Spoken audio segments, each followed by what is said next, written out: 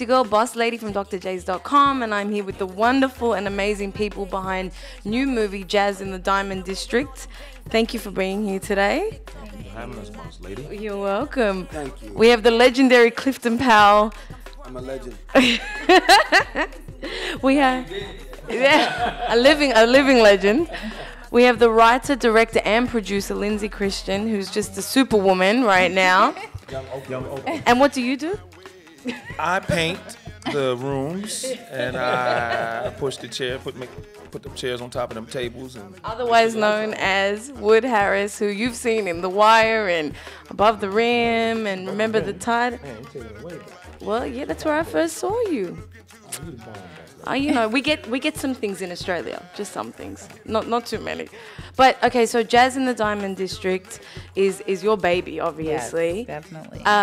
Can you speak a little bit about the process to get it made and how you got these gentlemen involved?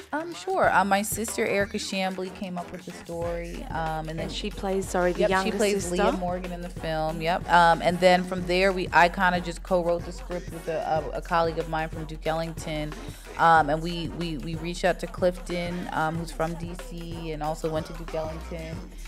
Started the first class there actually, and we reached out to Wood as well, who was close by in Baltimore shooting a film, and also obviously working on The Wire. So, but we knew we wanted them specifically, and so from there we just the rest of the cast is local out of DC, primarily out of Duke Ellington, and I think they did a great job. I didn't know so much about Washington, D.C.'s music scene. I'd heard a little bit about it, but you really shine a light on that scene. And was it the first movie possibly to really be dedicated to it? Well, there's Good to Go, which came out in the 80s, and I can't not mention that.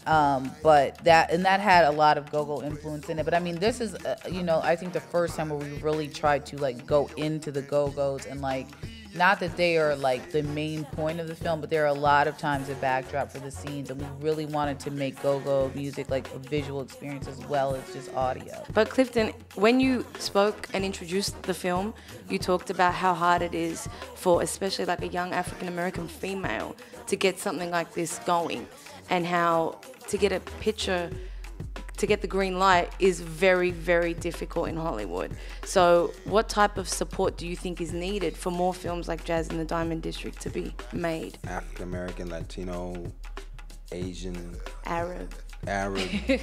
White businessmen need to look at the urban market as a place to invest in. Right. I mean, the hip hop culture, of course, is prolific, in terms of clothing and the music.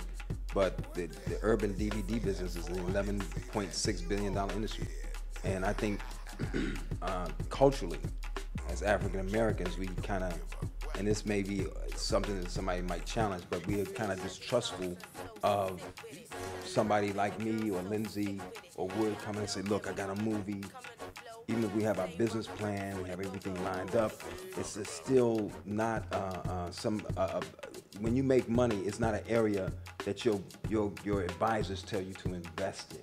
So I guess, speaking of Hollywood, Next Day Air is a movie you've got coming out, and everyone on the internet's been talking about how you and your co-stars made the pact to not to say the N-word.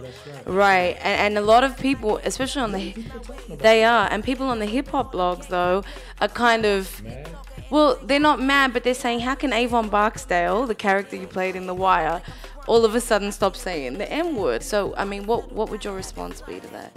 I don't really have a big response to what somebody might think Avon. Avon probably would allow or not try to have a commitment to not say the N-word. But I'm not really Avon. And I think people forget things like that. that's okay, Right. It's okay to forget it, but coming back to reality,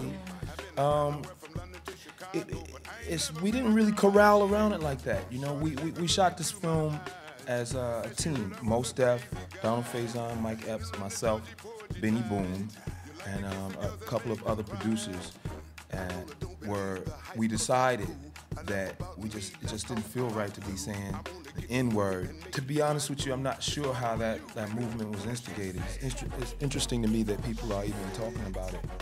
Yeah, because, you know, we didn't take the N-word out of the movie. It's just not in the script. Okay, so the movie is Jazz in the Diamond District. It has a run around the state. Definitely go out and support independent film because we definitely need more of it. And I wish you all the best. Thank you so much. Thank you, thank you. Thank you. Tell by the look in his eyes, he know I'm feeling them. Throw a couple of hints, he act like he can't hear. I say, I'm going to lunch, won't you meet me there? I swear, you will think he on the store in G-Town. He driving a hard bargain while I'm trying to talk him down. Man, you ready or not? I could bring a car around. If not, then let me know so I can go and shop around.